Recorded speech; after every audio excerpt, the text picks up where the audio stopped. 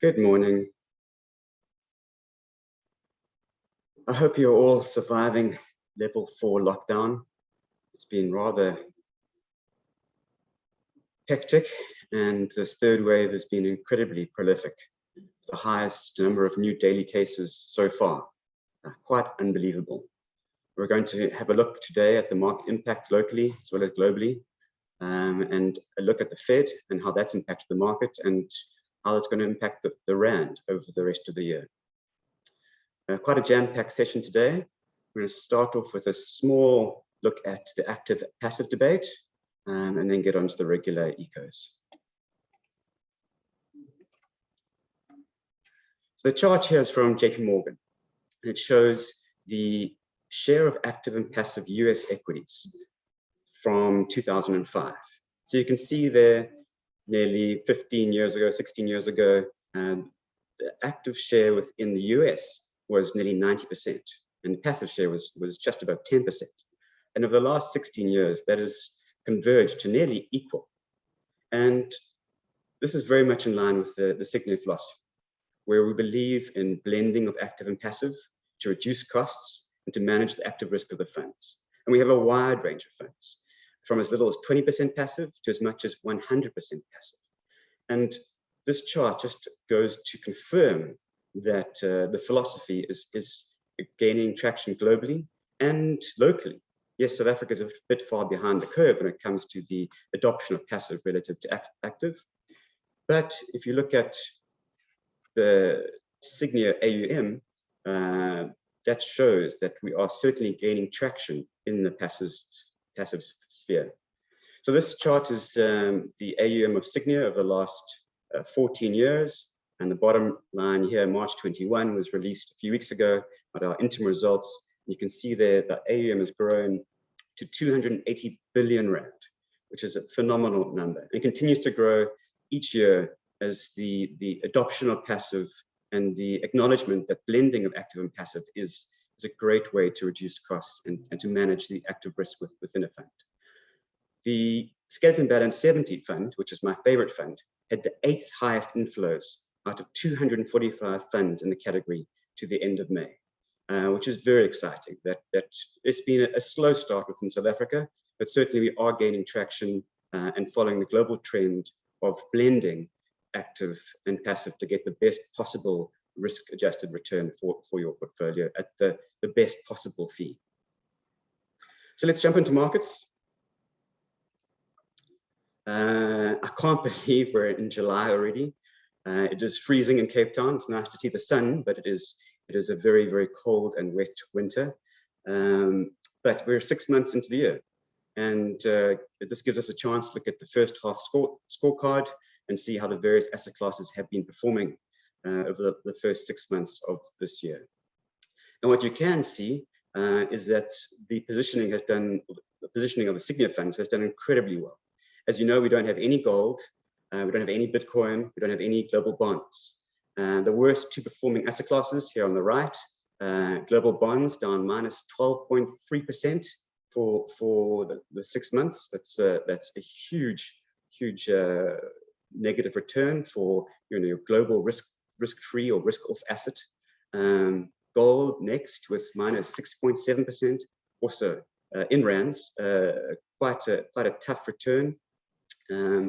Looking to the other side of the chart, well, what's done well? Well, the top two performing asset classes or funds both fall into the value segment. And as you know, we've been overweight value for the last 8-9 months, just to balance our growth bias in the cyclical recovery as growth recovers across the world.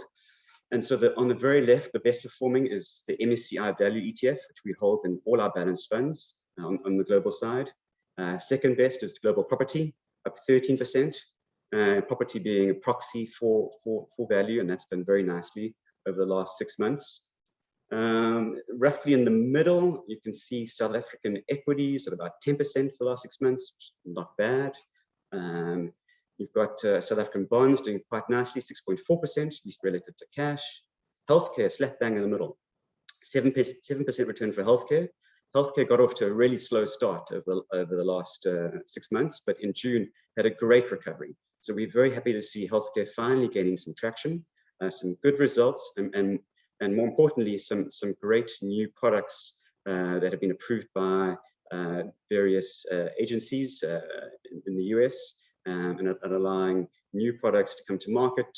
Great benefit to patients who can use these new products, and great benefit to pharmaceutical companies who can obviously sell these new products.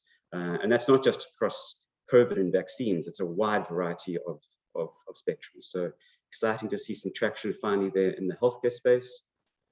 Growth not doing too badly for the 6 months. Growth had a phenomenal first quarter of the year, and then a terrible second quarter of the year as the economy started to open up and growth started to recover, and we got into our cyclical bounce.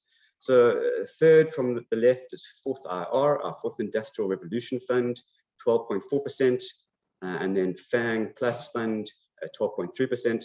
So generally some good returns out of all asset classes over the first 6 months of the year, and it's showing all the balanced portfolios, and they're all looking really, really good and beating inflation. With only gold and global bonds and Japan returning negative over the last 6 months. And we continue to position our portfolios in the same way. So we don't hold any global bonds, we don't hold any gold, and we don't hold any Bitcoin. All of which are looking quite attractive. They've all fallen quite hard, and it is definitely tempting to start to nibble. But we think that growth is going to continue to recover over the next 6 months towards the end of the year, and we continue to hold our overweight in the value positions globally, as that will balance our thematic growth positioning. But I'll get more into value and growth and the other themes later on in the presentation.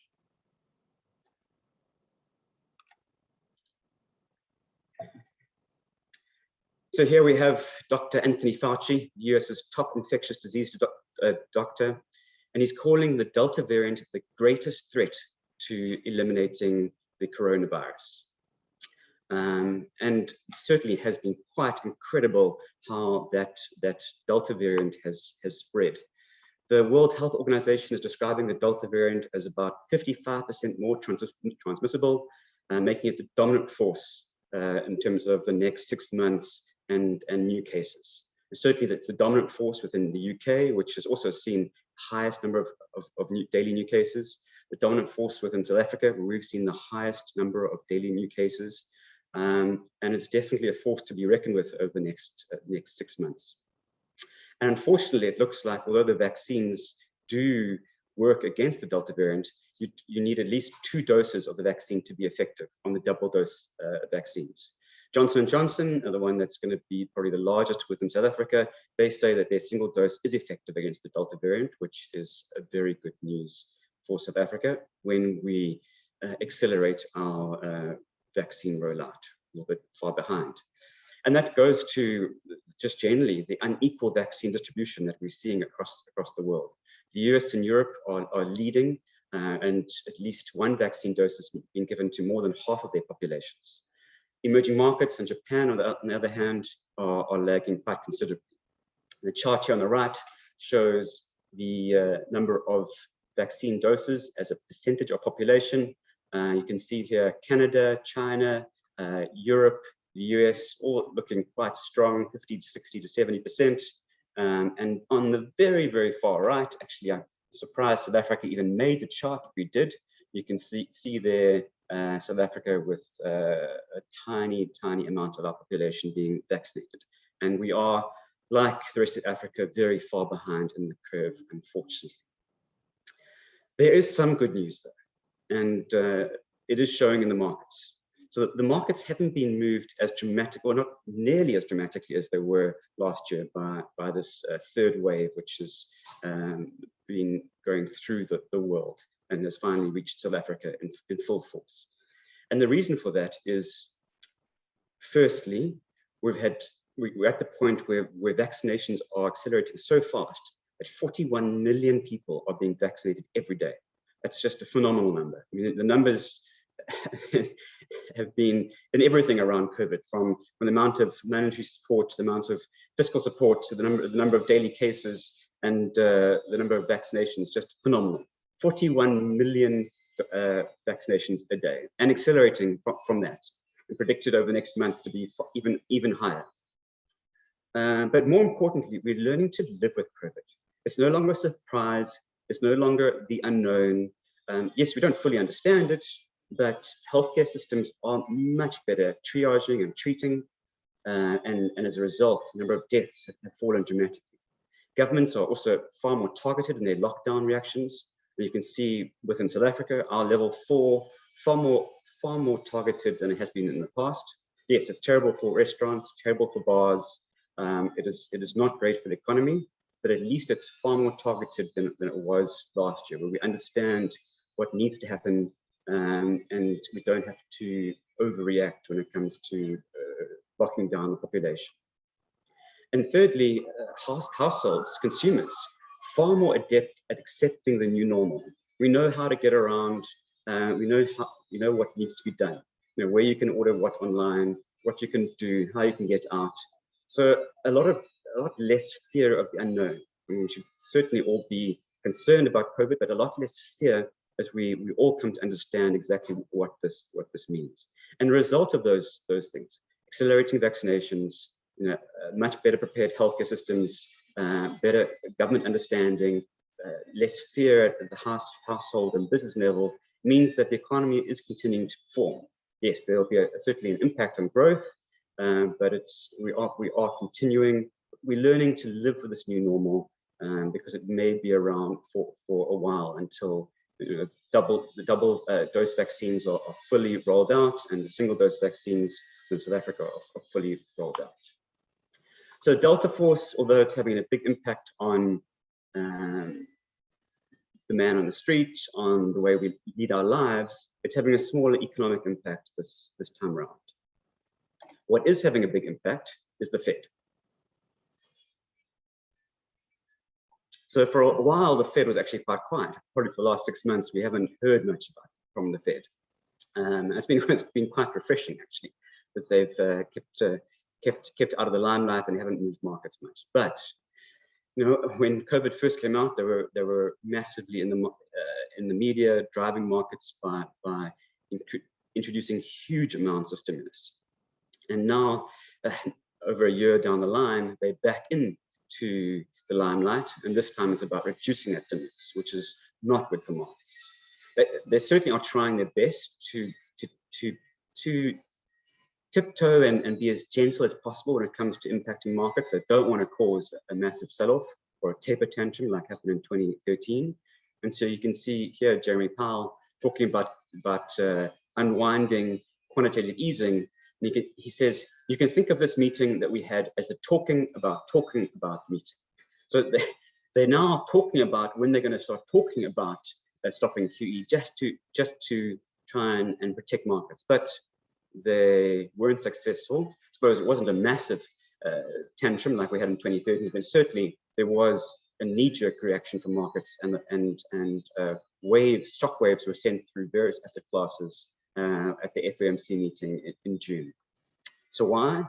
Well, one of the main reasons was that the dot plot, which forecasts the number of rate hikes that the US is, or the Fed at least, is predicting for the US, that rose and now is forecasting 2 rate hikes by the end of 2023.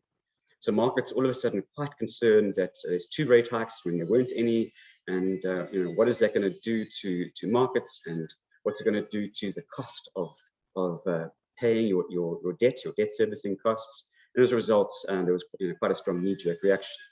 So fortunately, Powell came out very quickly and said, no, we still believe in the transitory nature of inflation, and markets recovered, and there was a little bit of stability. But soon after that, we had the Boston Fed president come out to say, we can't have a boom and bust cycle in something like real estate, and rate hikes need to go up. And the market fell. And then we had Powell come back in to say, no, don't worry, inflation is transitory.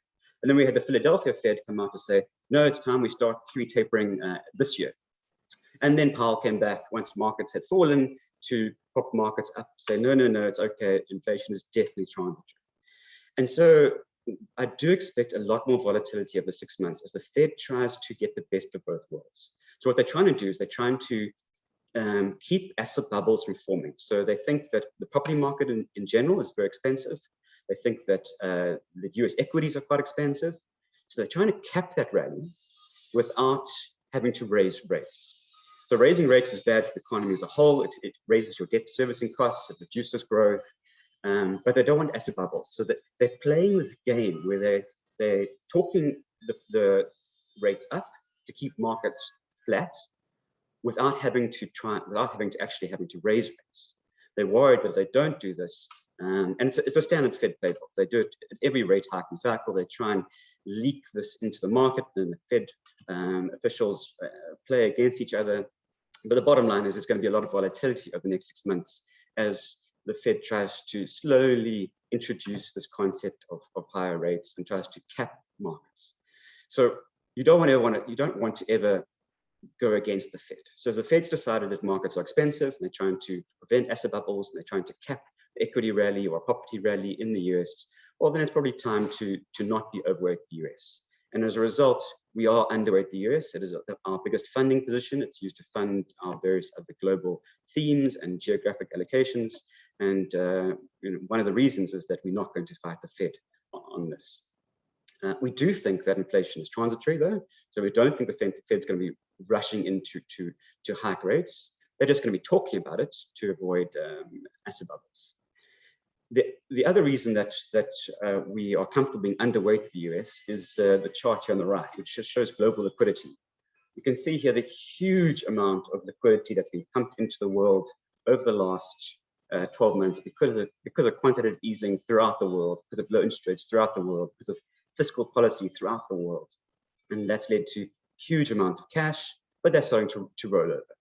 So when we're coming to this point where even if the Fed doesn't raise rates, and even if the Fed doesn't end QE, global liquidity is rolling over, which is another reason to expect headwinds to markets. And markets might rise slowly from here, but they certainly aren't going to have anywhere near as fast a rise as they had at in 2020. But we do think, so despite inflation being transitory, and despite the Fed not raising rates over the next 6 months, growth is going to continue to recover. There's so much support in the base, monetary support, fiscal support. Yes, we are waning that period and it's reducing, but we're still going to see much stronger growth recovering throughout the rest of this year. And as growth recovers, PMI stay high, and growth in the rest of the world recovers from the recession at the end of last year. That will push up US bond yields, which is bad for gold, bad for global bonds, obviously, and good for value. So it is why we continue to be overweight our value ETF within our global balanced funds. So we do think that we're not at the end of the cyclical recovery. Yes, we've gone from a massive phase of cyclical and value bounce. We're going to see some volatility over the next 6 months as we slowly recover further. And then 2022, we could see a slowdown return to markets as the negative fiscal thrust and getting closer to raising rates actually starts to slow down growth. But right now, growth is still good. We're still in the Goldilocks phase, and we think it's safe to be overweight value funded from the US over the next 6 months.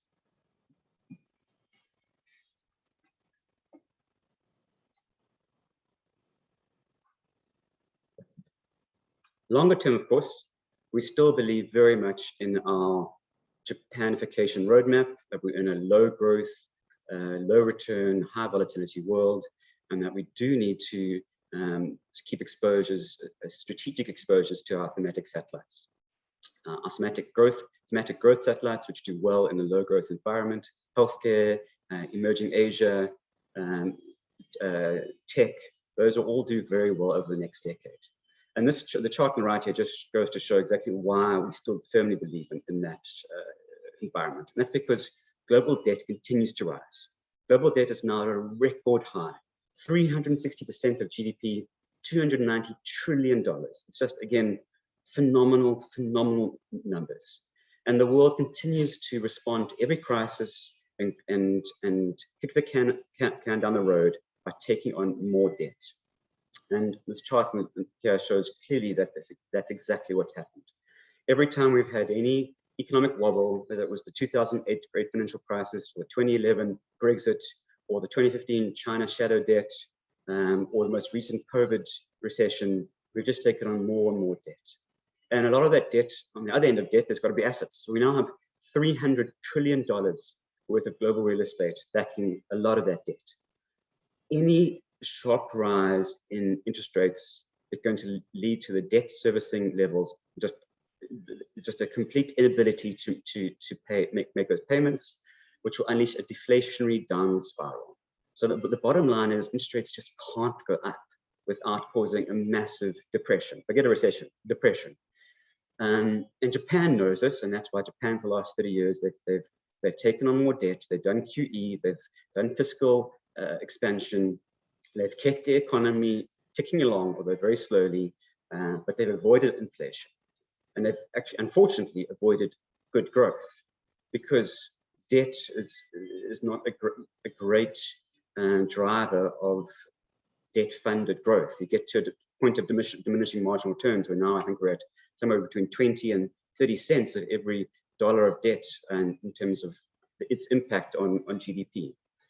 So I firmly believe that we are in a low inflation, low growth, high volatility environment over the next decade. In fact, the only thing we are likely to see is that the lines between the independent central banks and government support become far more blurred. So this is a blurring of capitalism into socialism, where you look at Japan. Japan is the biggest buyer of, well, the Japan Central Bank is the biggest buyer of government-issued debts. So you now got the government issuing debt to build railways, and the government then buying that debt through its central bank. So it's looking almost like certainly not an independent process. And the more and more QE that happens, the more and more the lines blur between the independent central banks and government support. So that is the one trend I expect to continue to see. And unfortunately, that does lead to even further economic volatility, as governments aren't as good, or certainly not the invisible hand of the market forces. They're a little bit more clumsy when it comes to moving markets. But talking of government support or government control, even one place that certainly has been the case is China.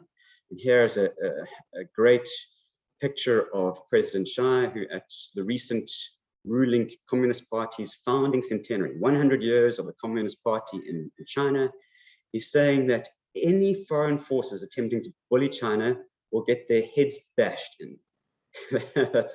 that's quite direct, and he's committing to building the Chinese military to achieve reunification of Taiwan and social stability in Hong Kong. So a growing power in the East, certainly harking back to centuries before, when China was a world power, and certainly could lead to geopolitical risk rising in the near future. So that's another risk that we've got to keep on our radar. But for now, China continues to grow. The Chinese economic miracle, as it's called, is certainly slowing, but growth continues. So China's growth is becoming more balanced. That is the most important thing. So while it's slowing, we're seeing consumption and services recovering, while exports and housing are fading on lower COVID-related demand. And that's very good for China. And China doesn't want to overheat. It doesn't want to be over-reliant on exports. It doesn't want to be over-reliant on the rest of the world. It wants to be self-sufficient. And that's why it's driving domestic demand and trying to encourage growth through domestic demand. It's very good for China if you're focused on the right sectors, and that's why we are invested in the Chinese new economy sectors and avoiding the old economy sectors within China. Certainly, we want to avoid the material or commodity linked sectors within China. The chart on the right here shows the copper price and the dotted line relative to Chinese lending. China accounts for 55 to 60% of base metals demand across the world. So more than half of metal demand around the world is driven by China. Now, China's growth slowing and becoming more focused on consumer and less focused on materials and housing, well, that's definitely going to lead to a slowdown in commodity prices, metal prices, and the old economy sectors within China. So China, it's very important to be placed in the right part when you're investing in China. And certainly this has an impact on the rand, which I'll talk about later, because the rand is very much linked to commodities, and and not only our resource sector, but the rand will be impacted by resources and commodities rolling over the next 6 months. But despite that, we are very bullish on emerging markets. And we do think that strategically it's a great place to be positioned over the next decade for a number of reasons. So the original thesis, which remains, if you look at the bottom right-hand chart, is that Asia will see the largest increase in global share of middle class over the next decade. So a rising middle class is very, very, very good for an economy. That's where your spending lies, your major spending. The rich tend not to spend as much as a percentage of their income, and obviously the poor have less to spend. Middle class spend the most. You can see here Asia's share of middle class rising from 54% to 65% over the next 10 years. Very, very good for demand within Asia, and very, very good for China and emerging market Asia demand. So we are quite excited about that. In the short term, we're also quite excited because there has been a big divergence between emerging markets, which have lagged the US and Europe in terms of the vaccination rate. But we're getting to a point, which is quite interesting, where that demand is starting to converge. So what's happening is, yes, emerging markets, in particular Africa, way, way behind in vaccinations, but that's accelerating very quickly off a very low base. Whereas in the US, we're actually seeing a maturing of the vaccination rate, was definitely a slowing down of the vaccination rate. So definitely everyone who wanted to get vaccinated, that's primarily in the blue states, the Democrat states in the US, vaccination rates are quite high there. But in the red states in particular, the Republican states, that we're seeing a stalling of vaccination rates. And the anti-vaxxers are starting to move to the forefront, and people who don't believe in being vaccinated or don't want to be vaccinated, that is now becoming the primary driver within the US. So there are a number of interesting things where they're now offering if you get vaccinated, you enter a lottery where you can win a gun. And it's very much a great driver for the red states. So that may help, but we're getting to the point where it's definitely slowing down in the US and Europe, as the eager people have been vaccinated and less eager not, whereas emerging markets are going to accelerate. And that convergence will help emerging markets recover at the expense of the US, which will probably slow down in terms of its price action and its vaccination rates. So that's the short and long term. One of the other reasons, which is quite exciting to be invested in emerging markets, in particular our the Sygnia Emerging Market 50 ETF, is semiconductors. So semiconductors are core to everything from smart TVs to phones, cars, computing. Basically everything that's connected to the internet, everything that's smart uses a semiconductor. And I'm sure you're all aware of the shortage that's happening in the semiconductor space.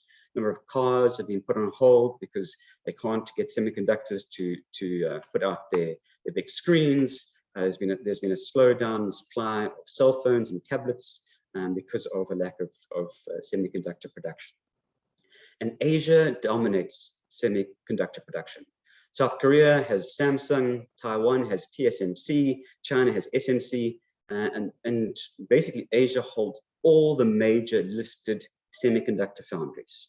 And the larger foundries specialize in the incredibly small and tiny resistors and semiconductors that they produce. So that gives them the edge. But it's not just production, it's also R&D.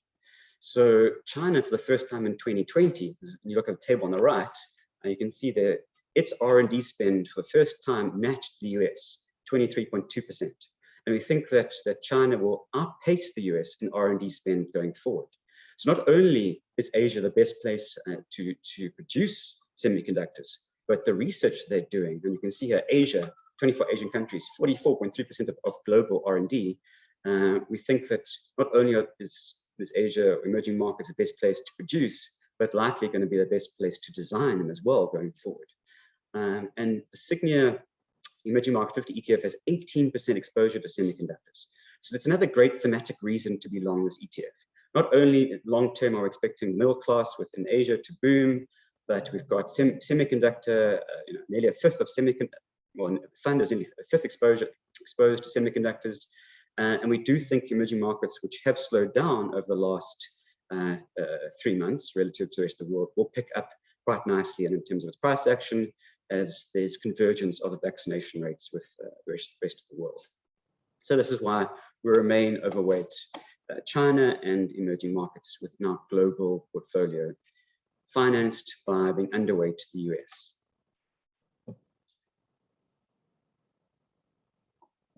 So we get to South Africa. And as always, South Africa is a mixed bag, to be polite. I've said many times, we can't go overweight South African equities until we have stable energy to support growth. And here we've got President Ramaphosa, who's agreed to that, and he's saying, there is no doubt that the prospect of continued energy shortfall and further load shedding presents a massive risk to our economy. Bottom line, we need stable energy to have growth, or basically stable energy allows investor confidence, which allows investment into new factories, new production, which drives growth.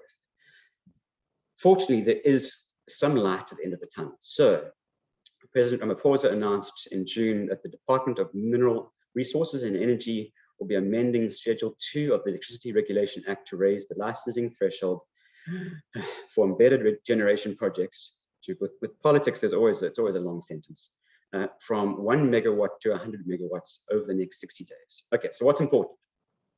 Finally, we have confirmation that we are raising the ceiling for self-generation of power from 1 megawatt to 100 megawatts. So at the State of the Nation address, Cyril said that we were going to raise the ceiling from 1 megawatt to 50 megawatts, which was in itself great news. However, 60 days passed, it was also promised to be at the 60 days, and nothing happened. And after 60 days passed, Reddy Mantashe came up to say that no, it wasn't 50 megawatts, it was 10 megawatts. And even 10 megawatts is too high, it's going to lead to chaos. So there was all sorts of delays and confusion, and it looked like it wasn't going to happen at all. So the good news is that Cyril's put his foot down and he's made it very clear it's going to be 100 megawatts. However, we don't know if the 60-day timeline will be adhered to. So once again, we have fantastic conceptual ideas. We know exactly what needs to happen to achieve growth within South Africa. Execution remains blurry at best, and so we're going to watch these 60 days to see if what needs to happen happens and the embedded generation cap is lifted. So we certainly hope so. On the other hand, we had some negative news with South Africa being moved to level 4 lockdown, which is a headwind to growth. And we're only at just over 3 million vaccinations at the end of the month. So yes, the vaccination rate is accelerating, but still behind where it needs to be for us to be properly vaccinated by the end of the year.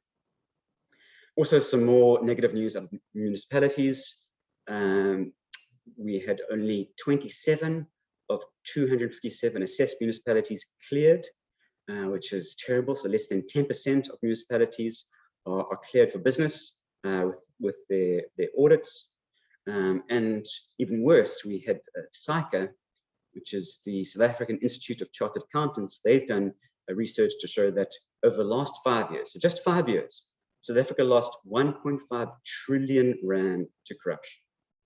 1.5 trillion rand is a phenomenal amount of money. And that would have financed a decade's worth of infrastructure. And yeah, all unfortunately lost to corruption.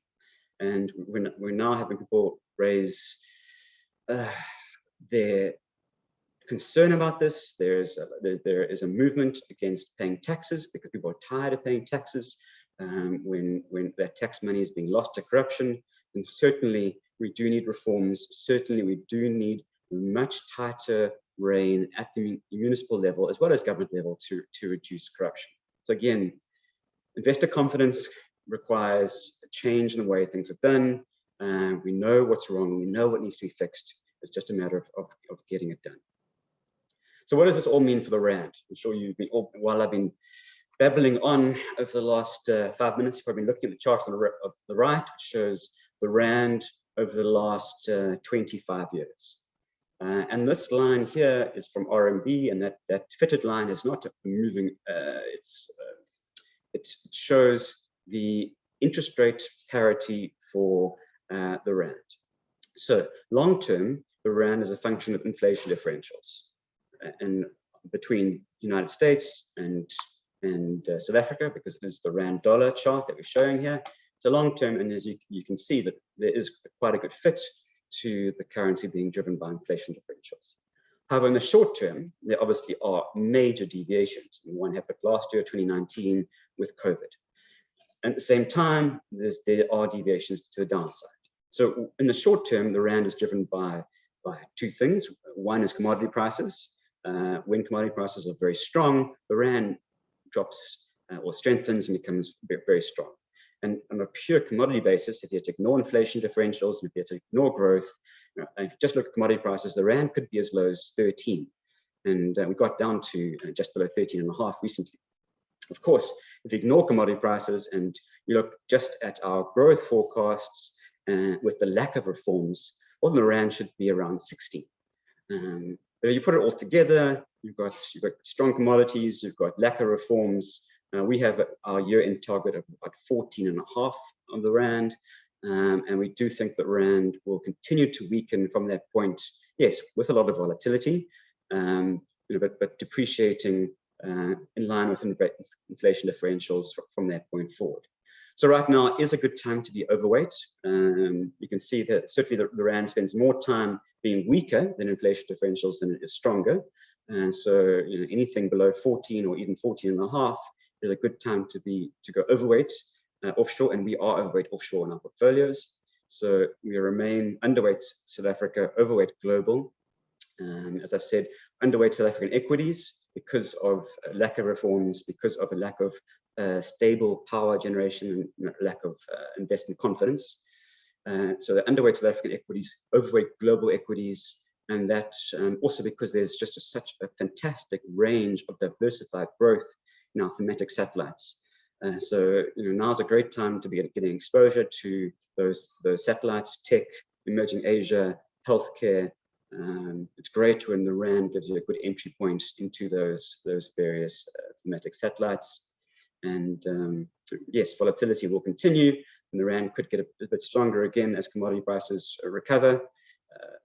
Again, we're not going to move, commodities aren't going to move to new lows in a straight line over the next 6 months. They will recover, they will bounce, the rand will recover with it, and then they'll roll over, and we'll have a lot of volatility. As the Fed, and once again, the Fed is the major driving force of the markets, and as the Fed play the will they, won't they game over the next 6 months, volatility will be high across various asset classes, including commodities, including the rand, and it's a great opportunity for tactical asset allocation to harness those various swings, and we have been doing that in our portfolios.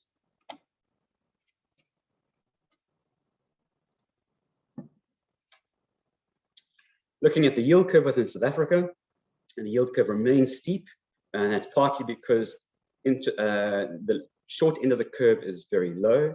So the repo rate, 3.5% is actually slightly below inflation at the moment. And that's because growth is so low, because we're in our third wave. So the SARB have delayed raising rates. So we are getting negative real returns on the short end until we have confidence that South Africa is going to return to a strong growth path. On the other hand, we've got the bond funds, which are incredibly giving incredibly good returns because foreigners have no confidence within South Africa. They're worried about Eskom, they're worried about lack of returns. So despite the fact that South Africa has some of the highest yields across the globe, foreigners are nervous to get invested, and that as a result means there's a lack of supply here, which is keeping these yields quite high. As a result, the yield curve is nice and steep. You can look at the steepness of this curve, which is a great opportunity for investors. So across all our balanced funds, we are overweight this right-hand side here, the all bond unit trust. We're overweight the enhanced bond unit trust. We're underweight money market. We're underweight income, and that's for all our balanced funds. We have the same position within our income maximizer. So the income maximizer doesn't invest in equities. It only invests in these asset classes and property. And it's also currently overweight bonds because of this incredibly great yield, underweight money market because of the very low interest rates within South Africa. And now's a great time for me to just remind you that we have extended the zero fee campaign for our money market fund and our bond fund. So the money market fund here, a 4.3% gross, but there aren't any fees. I don't have the survey with me today, but we have popped up to the top of the surveys because we aren't paying any, there aren't any fees. So our gross number is the same as our net number, and that has pushed us to the top of the surveys without taking on any more risk. So we're still taking on the same low risk that we had before, but we're now one of the best performing money market unit trusts because of a lack of fees. At the same time, despite the fact that the enhanced all bond fund here, which has a better yield than the all bond fund because it is taking on some credit, if you take the fees off that fund, well, you're getting almost the same return. So I think now is a great time to be investing in the all bond unit trust. You are not paying any fees, and as a result, you don't have to take on any credit risk, and you're getting a great return above 9%. So I think that's a good place to be. So within South Africa, although we are underweight South African equity, we are overweight South African bonds. We don't hold any global bonds, but by South African bonds, we do think that there is a good risk-reward return.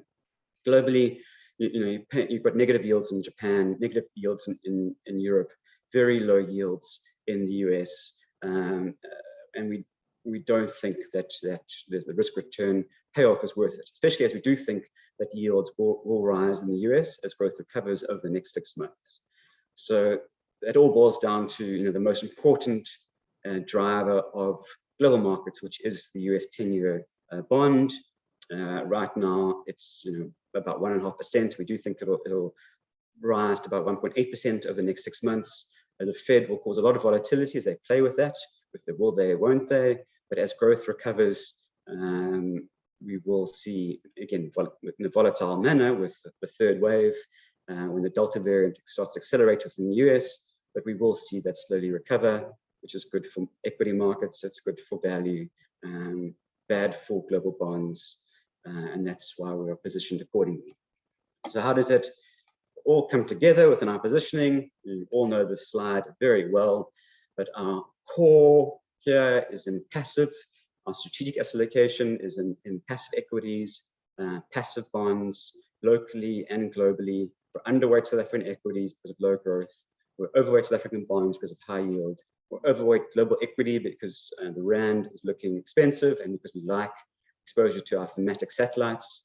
We underweight global bonds as well as gold because of the disruption from quantitative easing and because we think growth will recover over the next 6 months. So how's our positioning looking in the global satellites? Well, we have maximum overweight to value. As I said before, we don't actually have a value ETF that's in our ITRIX range because we do think that's a short-term play. We don't think you want to be invested for the next 10 years. It's a 3 to 6 month play. What we do think you have exposure to over the next 10 years is our thematic growth. You have disruptive technologies, which will gain market share as those new technologies come into force. And that's represented by our Fourth Industrial Revolution Fund and our FANG Fund. As I said last month, we have taken a small overweight to the FANG portfolios as they are likely to do well with strong cash flow generations. But we don't have any Tesla, no Tesla in our FANG fund. Emerging Asia, I went through that slide. We're overweight China and emerging Asia because of emerging middle class, semiconductors, and the convergence of vaccination rates between EM and DM. Health innovations, so this is a large overweight. Health innovations, again, we have a large overweight. Structurally, aging populations is very good for the sector, as is rising incomes, which is across the world, rising LSMs. In the short term, we've got some really great results coming out of the healthcare companies, and medium term, the huge billions of dollars that's been spent on R&D across all the healthcare, all the pharmaceuticals and health companies has to be good for future products, good for consumers, good for shareholders, and certainly an asset class that will continue to grow despite slow growth across the world. Infrastructure, and we have that's again been delayed, unfortunately, within South Africa, as we're still debating the definition of infrastructure and how best to do it. But we have made our first investment into an infrastructure bond, water related, which is exciting. And bond alternatives, because we don't have any global bonds, as a hedge and as a proxy, we have our global property ETF, which is a specialist property ETF. It doesn't have exposure to the COVID related sectors. It's a lot more defensive with hospitals and cell phone towers, and as a result, wasn't as hurt into the drawdown last year, and is enjoying the recovery that other global property sectors are doing. So we also have a large overweight to this thematic global ETF. Locally, there's always a question on local property. We remain concerned about local property.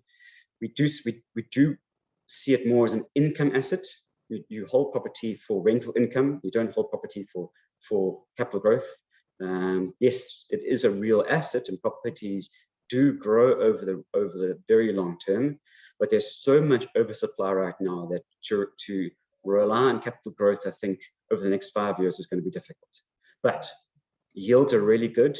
We think that the bad news is in the price. So holding property for rental income is a good idea. And within our income portfolios, income maximizer, we do hold property. We're overweight property in that. We do have some property in our credit fund from an income perspective. Yes, it's still very volatile, so not huge amounts, but the yield is looking really good, over 10% forecast over next year. But on the growth side, we'd much rather hold South African equities than property. So we don't hold any property within our equity portfolios on the local side. There's just too much disruption to the office sector, too much oversupply in the office sector. The retail sector is still hurt by shopping centers and COVID waves, and change to shopping from home, shopping online, working from home. So, and even before we went into lockdown, there was an oversupply. So not rushing into SA property anytime soon, but that's why it's nice to have this hedge with some global property on the global side. And that's a wrap for today.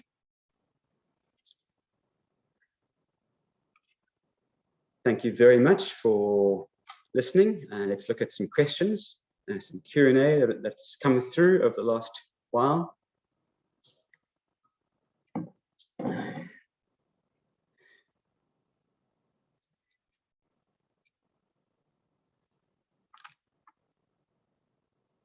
There's a question from Louise Sneeman asking about China and emerging market overweight recommendation. Do we see these markets to be expensive or fairly priced currently? So all equity markets are expensive relative to history. And that's because interest rates are expensive relative to history. So quantitative easing is distorted all markets. It's kept interest rates incredibly low, which has pushed up markets. Unfortunately, all markets are expensive. But within the equity space, emerging markets are cheap relative to the US. And that's why we're comfortable being overweight emerging markets and underweight the US. China is slightly different. China is actually quite expensive, and particularly the A share. But what we expect to happen is the A share currently only has, so that's the China onshore market, currently only has between 20% and 30% exposure to the MSCI from an index perspective, from the passive side. As China opens up its regulations, so that inclusion rate will rise from 20, 30% to 100% over time. So you're going to see a steady inflow into China over the next 5 years as passives are allowed to invest more and more and more in China. So that's a trend you want to get ahead of, and you want to be able to overweight China and emerging markets now. So I think it's a great entry point to emerging markets, which are cheap, and to China, even though China is not as cheap, but I think there's going to be continued move into China. The zero fee money market and bond has been extended, so please have a look out for that. The current extension is to the 6th of July, but it looks like we are going to extend that again. So Louise is again asking a great question, saying processing time does not allow us to get in today, it expires tomorrow. I think there will be another extension, so keep your eyes peeled for further extension to our bond and money market unit trusts. John has a great question on being able to invest more than 30% offshore in the Sygnia living annuity. We are incredibly close to 40% in terms of our SARB limit. It looks like we will be below our SARB limit, but nothing's guaranteed yet. We have to wait for another 6 weeks before we get the final data, and then we have to wait for the SARB application. But hopefully within 2 months, we will be able to open up Sygnia living annuities, but we will keep you posted as that data comes in.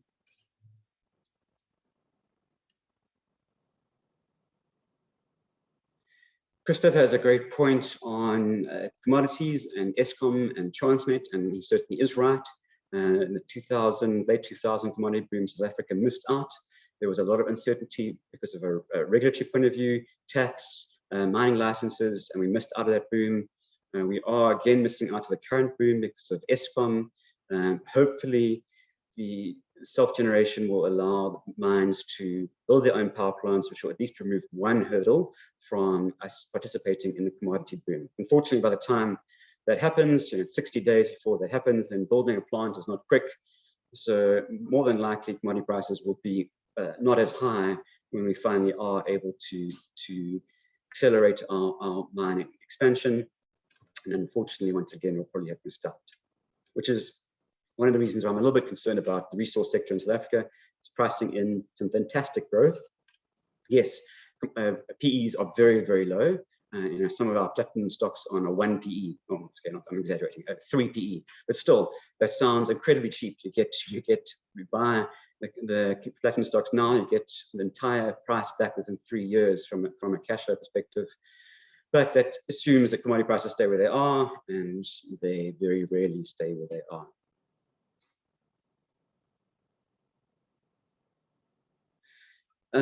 Okay, very good question from Nawal. Should one liquidate JSE portfolios and invest in offshore ETFs? So yes, we're overweight global equity and we're underweight South African equity, but that underweight South African equity is the smallest it's ever been. We're only 1% underweight, and at some point we were 5% underweight South African equities. We are getting closer and closer and closer to a catalyst of solid growth when it could be a good time. Remember, South African equities are the cheapest they've been in 100 years. I think resources might be a bit of a headwind, but generally South African Inc., banks, property stocks, SA retailers, all incredibly cheap. So to be as aggressive as selling South African equities right now to take money offshore, I don't know if that's the best solution. New cash flows, certainly I feel comfortable taking that offshore currently, while the Rand remains strong. But there's still a lot of value within South Africa. Again, it boils down to your view, your timing horizon. Long term, over the next 5 years, the Rand will be weaker and so there's much more growth offshore. Short term, we have got a lot of global liquidity. We have got growth recovering. We've got a lot of liquidity chasing things. The Rand could drop to 13. South African equities could get very strong on a catalyst. So it's very difficult to make a short-term decision. Long-term, we prefer global equities. John, great question. Our healthcare ETF is supposed to be available either the end of July or first week in August. Unfortunately, once again, we've got further delays from the JSE. When it comes to setting up a unit trust, we can do that within 6 weeks. It's just between Sygnia and the FSCA, 6-week process. when it comes to launching an ETF, we have to get JSE approvals a number of times, and that makes the process 9 to 12 months. So anybody from the JSE, if you're listening to this call, or anyone on Zoom who knows them from the JSE, please tell them to make it easier for us to launch ETFs. Everyone wants to be able to invest in these global themes. The JSE, I'm sure, wants to help revenues on their own stock exchange, but they're their own worst enemy and they're our worst enemy. And we talk to them regularly and they acknowledge this and we side together. And yeah, anyway, it is what it is. John, I promise you, we're doing our absolute best. We're working flat out around the clock to get our healthcare ETF launched, but there are some delays. Kobus has a good question on why economists say the Fed is behind the curve and what curve they refer to. So they're talking about inflation and the fact that the Fed is behind the curve on raising rates relative to inflation. And the Fed has got a whole new reaction function to inflation. So if this was previous cycles, the Fed may have actually started to raise rates at this point in time in the cycle, because inflation has picked up and inflation looks like it might even hit 5.5%, which is the highest it's been in 50 years in the US. But the Fed has changed how it reacts to inflation. It knows growth is structurally low. We're in a stagnation or stagflation environment, as Larry Summers has to say. The Fed knows that growth is going to be low and needs inflation to be allowed to go higher than it has in the past. So what's happened is the Fed has changed its reaction function. So instead of raising rates when inflation hits 2%, it's only going to raise rates when inflation hits an average of 2%. So it's going to allow inflation to go a lot further. At the same time, they're saying, oh, we're also going to look at jobs. Not only does inflation have to be an average of 2%, not just 2%, but we want to see jobs recover. And not only do we want to see jobs recover, but we want to see jobs recover in a demographically equivalent or equal way. So looking at various demographics across different races, they want recovery to be holistic and fair. So now it's in the past, the Fed, if you just look at the Fed's reaction function, they are behind the curve in terms of raising rates relative to where inflation is. But with their new reaction function, they're not. And they are going to let inflation go a lot higher before they raise. What that means, bottom line, is that the dollar is going to weaken because real rates will weaken. And that means that, well, it's good for the rest of the world because a weak dollar helps funding costs in terms of EM, which have 80% of their funding costs or the external funding costs in dollars. So it's very good for the rest of the world, not as good for the US, but we do expect the dollar to remain stable over the next while. Real yields, as the Fed is behind the curve and letting inflation rise, should lead to a weaker dollar. But as I showed you earlier, global liquidity is rolling over, so that would push the dollar higher. So you're kind of in this again to and froing where liquidity is actually as a whole reducing, as there is less tapering, the Fed is buying bonds, but they're buying less. So that would normally drive bond yields or the dollar higher, that you've got the Fed holding interest rates lower, so that allows the dollar to, which would push the dollar lower. So you're basically stuck in this volatile interim period of I think sideways moving dollar over the next 6 to 12 months. Again, if you look at various economists, some say it's going to strengthen from here down to 110, sometimes it's going to weaken to 130 to the euro.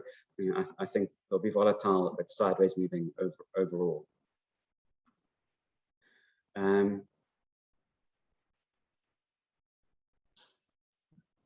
Bradley asks if I foresee a global market crash within the next year. No, I don't. Markets are expensive in an absolute sense, and in particular in relation to their history, but there's so much global liquidity and so much fiscal stimulus that I don't see a crash. Yes, I think that things are going to become more volatile and the returns aren't going to be as good over the next 6 months as they were over the last year, but I think there's still too much stimulus in the system over the next 12 months. So I think for the next 12 months, you should reduce a maximum overweight in equities to a small overweight, or maybe even neutral. But I don't foresee a market crash over the next 12 months, at least not as a result of interest rates. 9 out of 10 recessions or bear markets have been caused by interest rates being pushed too high, too fast. I don't see that happening because the Fed is behind the curve relative to the past. But that doesn't mean there's not going to be a black swan event like COVID that could cause a market crash. But generally, we are quite positive on the market. Less positive than we were, but still positive as a whole. Again, underweight US, overweight the rest of the world, underweight South African equities, so positioning in different places for the lower growth that we have in the past. Question from Les, as the share of passive increases, is there not a risk that indices underlying the passive reflect more and more static set of events with less exchange of good and bad shares? Fantastic question. And that is why I don't believe you can ever have purely passive in the market. Active managers are there to make markets efficient. So you need to have a blend, and that's why we believe in investing in both, just different blends according to your risk profile and how much you want to reduce costs. But there will always be opportunities for the good active managers to find inefficiencies and trade them out. But at the same time, there's always space for passive managers to invest in relatively efficient markets at much lower fees. But I don't think you can ever get to a point where markets will be 100% passive. It'll just lead to inefficiencies. And so there's that chart I showed right at the beginning of that convergence to a 90% active down to 50% active. Maybe we're going to reach the point of equilibrium. I don't know. Maybe they'll go further, but there certainly will be a blend of both active and passive. There has to be, and I think all portfolios should have a blend of active and passive within your fund. Some active to take advantage of the small opportunities that are there, and some passive to keep the costs down and blend your risk profiles. And that, with 12 o'clock, is a wrap. I hope everyone had, or at least had learned something interesting today and enjoyed the last hour. Have a great July. Please keep safe, and I hope that level 4 lockdown and this third wave treats you well. And I look forward to seeing everybody once again in the beginning of August. Take care. Cheers.